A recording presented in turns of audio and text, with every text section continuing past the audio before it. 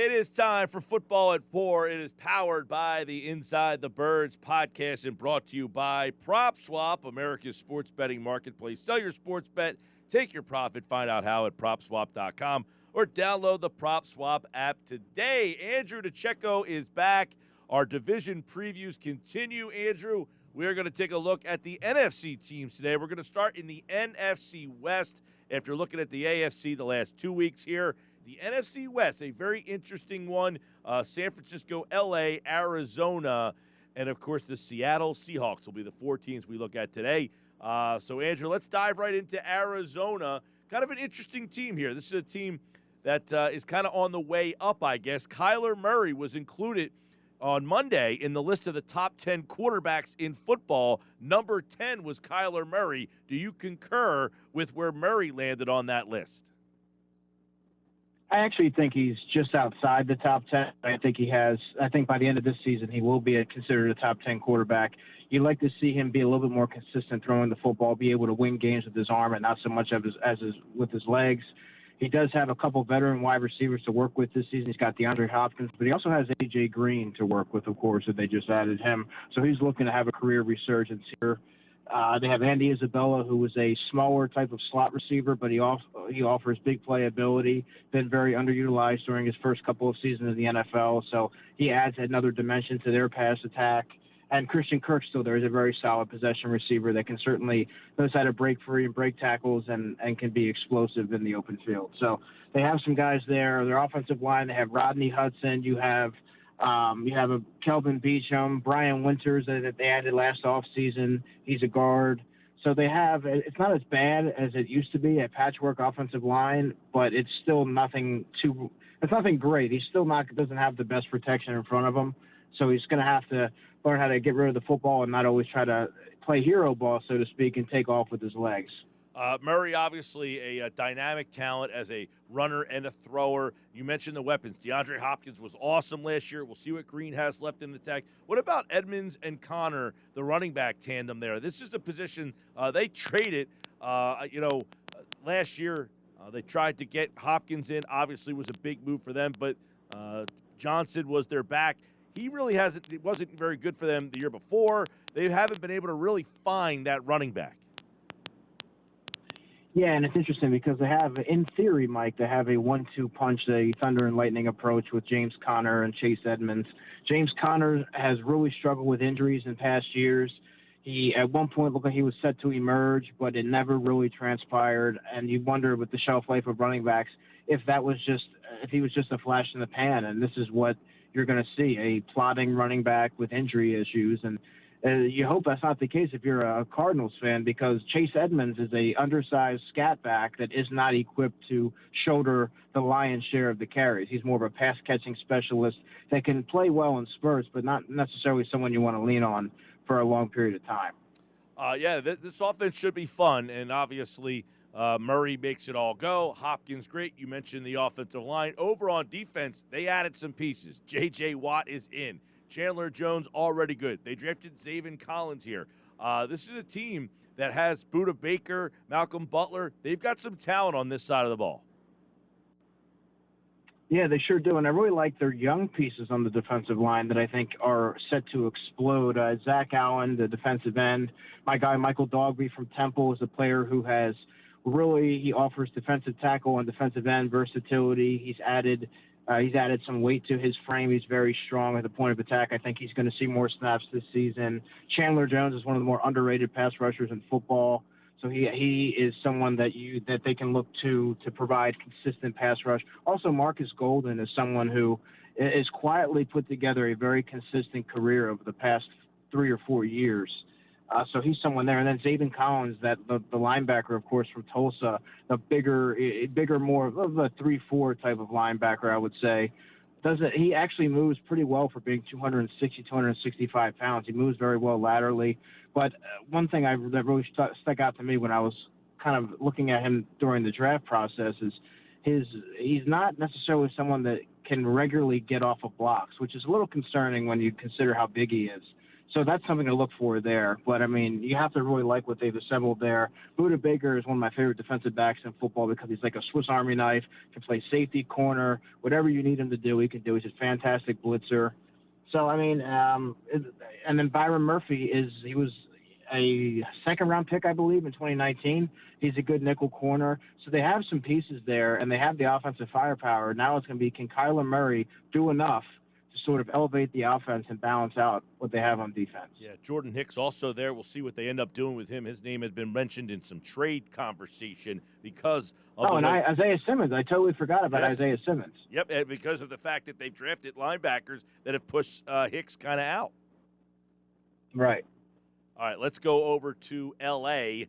We mentioned Kyler Murray. He was top 10. Matthew Stafford was also top 10 on that list. I think if I remember correctly, he was number 6 or 7 on that list. And a lot of people think that Matt Stafford could be the difference maker from making the Rams upgrading over Jared Goff from making them, a playoff team to maybe a Super Bowl team.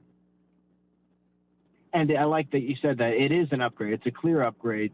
Matthew Stafford is one of the more underrated quarterbacks in football. When you look at his body of work throughout his career, he's a tough guy, hasn't necessarily got the support up front on the offensive line, has often had to carry offenses, and Jared Goff has never done that. So I think that Matthew Stafford has that it factor that can really capitalize on the receiving core that they really constructed there in L.A. Love Cooper Kupp. Robert Woods, to me, is such an underappreciated wide receiver. He can do it all. Probably you can make a case that he's the most underrated wide receiver in football. Just look at his record, look at what he can do and his impact. And Van Jefferson's there. Van Jefferson's a good third receiver. Remember, they lost Josh Reynolds to the Titans. So Van Jefferson's going to take on an elevated role, and he's a fantastic route runner, great hands over the middle, sure-handed guy.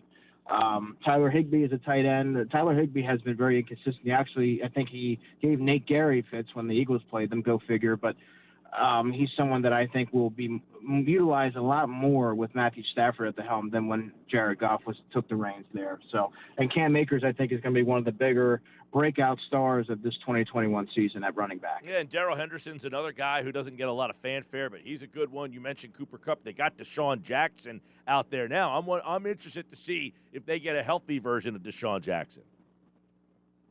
Yeah, I mean, and if they do, he's the guy that really is going to transform the aerial attack because they don't necessarily have someone who can get over the top and change the game in one play, and he has that, and he can bring that.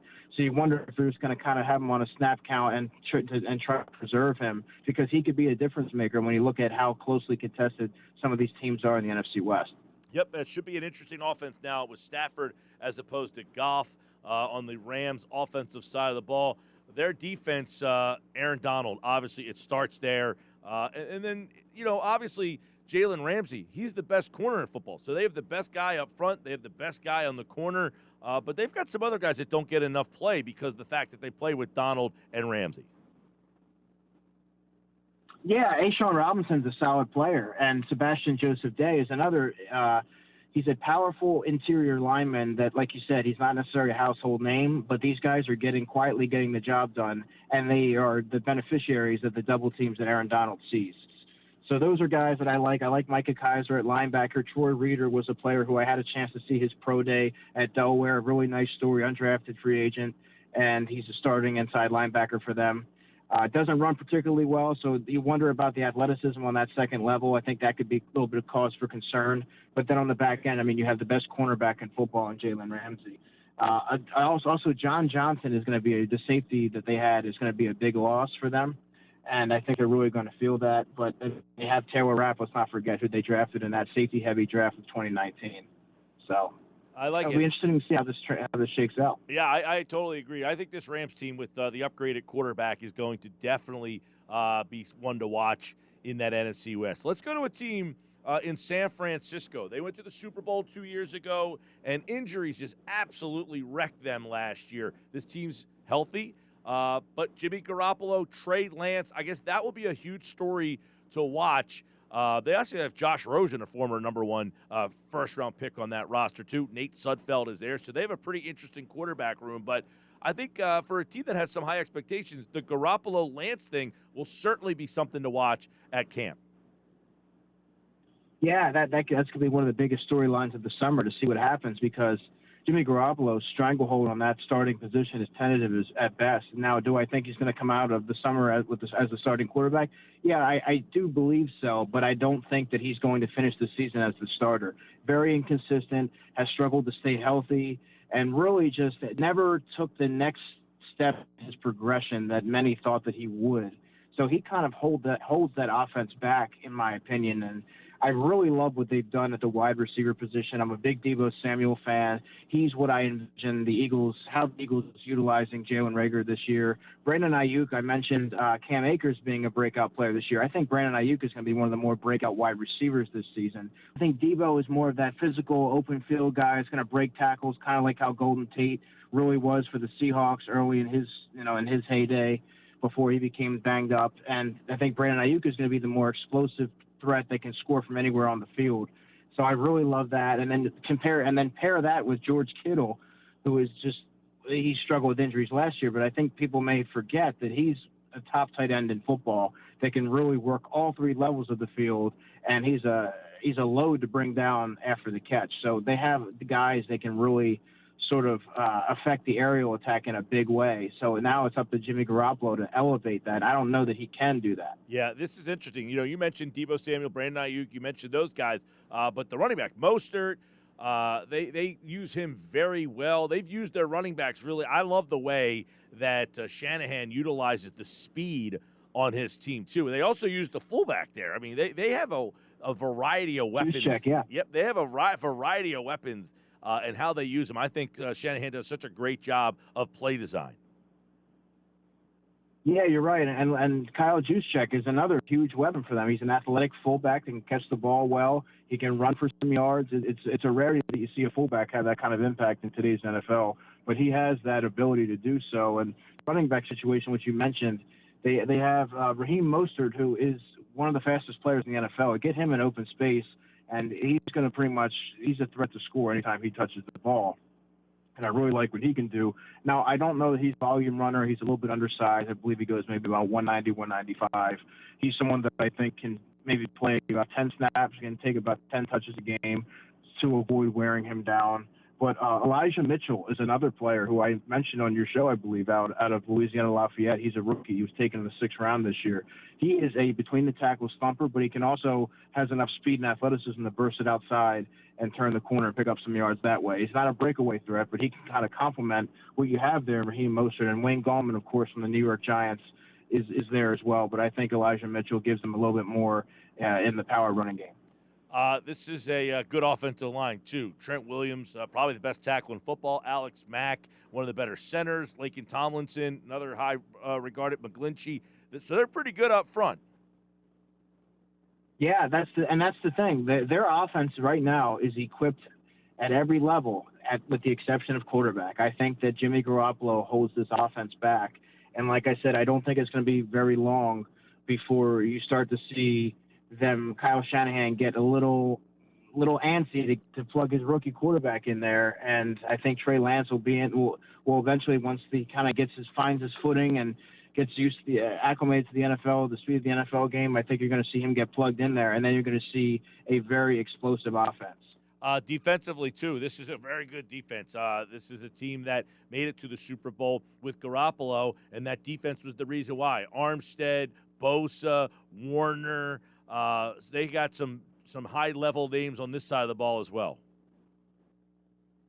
Yeah, Armstead, Javon Kinlaw, Nick Bosa, and then at the second level you have Fred Warner, who's one of my favorite linebackers to watch. He can do everything that you need him to do, and he has a skill set that translates very much to the modern day NFL. He can cover, he can play the run, but he's just so fluid sideline to sideline, and I think he already started to become a household name, but I think now people are going to start to classify him as one of the top linebackers in football, as they should. And Dre Greenlaw is a solid player as well. What a find for them in the 5th round in 2019. And then when you look at the safety position, Jason Verrett's a corner who I've always really liked when he was with the Chargers. Very good short area quickness, can remain in phase with all different types of receivers. Isn't a big corner, but he's really struggled to stay healthy. You hope that he can stay healthy. He's such a fun player to watch. The history's there. I don't know if they can count on him. But, I mean, you have other guys like Jimmy Ward, and you have Dante Johnson at corner, and K'Wan Williams at nickel, who the Eagles kind of poked around that during free agency. He's a little bit of an older player, but he's a solid nickel corner. And Jaquiski Tart is there as well. So, I mean, they do have some pieces. It's just, I think that if they can get at least maybe 12 games of help out of Jason Verrett, which it seems like it's not asking much, but it really is in his history, I think they can be one of the better secondaries in that division. Looking at the NFC West, our previews continue with Andrew Dicecco, the final team, Seattle. This is a bunch that obviously has a lot of talent, led by Russell Wilson. He was the fourth-rated quarterback in ESPN's top 10. Last year, he had more interceptions than the previous 2 years combined. Obviously, Wilson, though, is the guy who makes this whole thing go. He wanted to get more weapons out there. They wanted to be a team. They have Metcalf and Lockett, and this is a team with Chris Carson. They've got all the pieces. Wilson, early in his career, took a lot of sacks. Their offensive line has gotten better. So this should be a pretty good Seahawks offense. Yeah, I think you're going to see Russell Wilson bounce back. He can do it all. He can win games with his legs. He can make some of the most insane throws of any quarterback that I've seen. Just such a gifted player, sees the field incredibly well, knows how to get everybody involved on offense. And I think when you look at the weapons that he has, Chris Carson is one of my favorite running backs to watch. Was a power runner at Oklahoma State, seventh-round pick, was sort of labeled as a power runner, but then his game sort of evolved when he got to the NFL level, and you started to see him be utilized in the passing game, and they use him in different ways. So, and Rashad Penny's there as well, but he has not been able to kind of stave off the ascension from Chris Carson. So I think he still has a stranglehold on that spot. And then the offensive line, the tackles, you have Dwayne Brown, you have Brandon Shell, who was with the New York Jets, struggled there. So they're outside of Dwayne Brown, I think it's still a little shaky there. Gabe Jackson is the right guard. He used to be with the Raiders, of course. So I mean, Seattle seems to always have a leaky offensive line, and you always find that Russell Wilson's running for his life. They've done an adequate job patchworking that, but they still have a long way to go before they're considered in the upper echelon of offensive line in the NFL. But the wide receivers, this is the year where DK Metcalf becomes known as an elite wide receiver in this league. Oh boy, he reminds me so much of Terrell Owens, who can just big body, freak of nature type guy, can separate, can run every route in the route tree. One of the better deep threats that you'll find for his size, which is remarkable, and a red zone weapon, and just a threat at every level. And he's such a rare athlete in that he can just do it all. And then on the other side of him, you have Tyler Lockett, who's more of a shorter, quicker, shiftier receiver. They can you utilize a short area quickness to create yards after the catch. So they have a really good balance there at wide receiver. And Dwayne Eskridge was the receiver who they drafted out of Western Michigan in the second round this year. And he's someone that it's a combination of sort of like a bigger version of Tyler Lockett, I would say. Over on defense, for years you had the Legion of Boom. Their defense kind of took a little step back. Carlos Dunlap's a little older. They brought him over. Alden Smith, who's had all sorts of problems. This is a team with Bobby Wagner, very good linebacker. Jamal Adams, very good safety. Diggs, very good safety. They're still a pretty good defensive team. Yeah, they are. And Poona Ford is one of the more underrated defensive tackles in football. I believe he only goes about 5'11". He wasn't drafted, but he's just been such a solid contributor to that defense since they sort of found him in the 2018 undrafted class. Great story there. The linebacker, you mentioned Bobby Wagner, but there's also Jordan Brooks, who was a surprise first-round pick in the 2020 draft out of Texas Tech. I had a third-round grade on him, but he's just such an athletic specimen, has great traits and tools to work with that I think that they saw his skill set really transitioning to the current defensive landscape in the NFL. And so they have a really good pair of linebackers there. And then in the secondary, moving over there, Jamal Adams, of course, is there. Playing next to him will be Marquise Blair, who was a second-round pick, I believe, from Utah in 2019. Quandre Diggs is also there as well. He's more of a Swiss Army knife, do-it-all defensive back, much like Buda Baker, who we mentioned earlier, and Tyrann Mathieu with the Chiefs. And so they have a lot of guys there. And in my opinion, Seattle is still the class of this division. Great stuff as always from Andrew Dicecco. Our division previews, we continue on Friday when Andrew's back. We will go over to the NFC South. But for today, the NFC West, Arizona, LA, San Francisco, Seattle, very competitive division. How do you see it playing out? Well, I have Seattle still being the class with the veteran Pete Carroll there and Russell Wilson. Russell Wilson just is such a game changer for me, and he just has that it factor. So he's going to be the X factor for them. So I'm going Seattle at the top spot. Then I'm going with the Rams because I really think that Matthew Stafford is going to be it's going to sort of transform that offense and maximize the abilities that they have and the pieces in place. Then I think it's going to go Arizona, and then I have the 49ers. Wow. 49ers in last, eh? All right. That'll be an interesting one. That's a really good – all four of those teams can make the playoffs. Would you agree? Oh, yeah, absolutely. And all it takes is a play here or there, an injury here or there, and all of a sudden you could have all these teams very close and it could be a very closely contested division all the way through the season.